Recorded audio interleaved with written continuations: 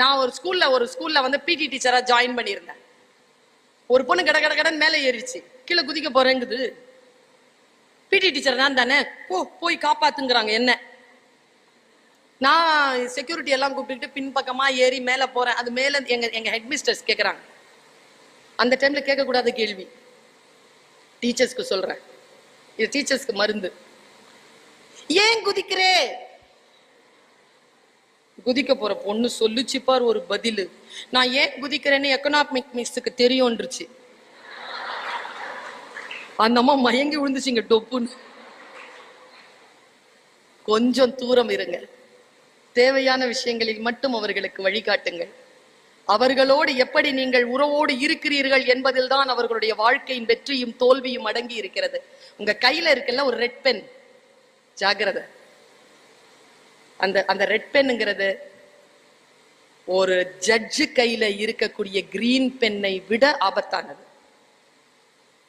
அது அவர்கள் வாழ்க்கையை மாற்றி போடும், அவர்களுடைய வாழ்க்கையை ஏற்றம் கொடுக்கும். கோபமா இருக்கும்போது பேப்பரை திருத்தாதீங்க. முக்கியமா எந்த பையன் மேல கோபமா இருக்கிறீங்களோ அந்த பையன் பேப்பரை திருத்தாதீங்க. என் கிளாஸ்ல ஒரு பொண்ணு முன்னால உட்காந்து காப்பி அடிக்குது. அவ பேர் சாயிரா பானு. மறக்கவே மாட்டேன், நான் லைஃப்லயே மறக்க மாட்டேன். எங்க ஹெச்ஓடி இருக்கிறாங்களே, அவங்க ரொம்ப என்னன்னு சொல்றது, அவங்கள ஜீரோ போடவே கூடாதுங்க அவங்களுக்கு எந்த பேப்பர்லயும். பரணி கேள்வி கேட்டிருக்கேன், குறவஞ்சி எழுதி வச்சிருக்கா, ஜீரோ போட்டு விட்டேன் கிளாஸ் டெஸ்ட். சுல்தானா, என்னது?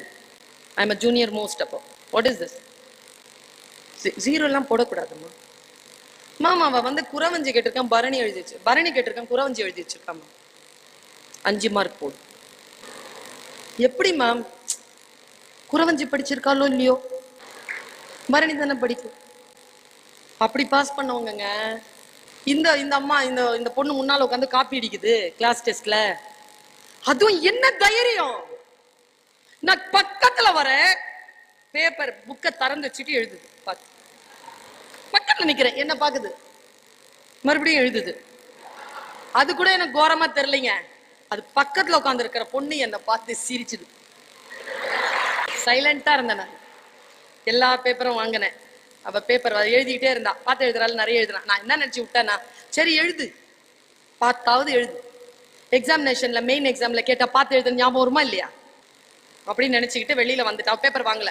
மிஸ், உங்க ஆட்டிடியூட் இருக்குது மிஸ், நாளைக்கு டெஸ்ட் எழுது வாங்கிக்கிறேன். Why miss?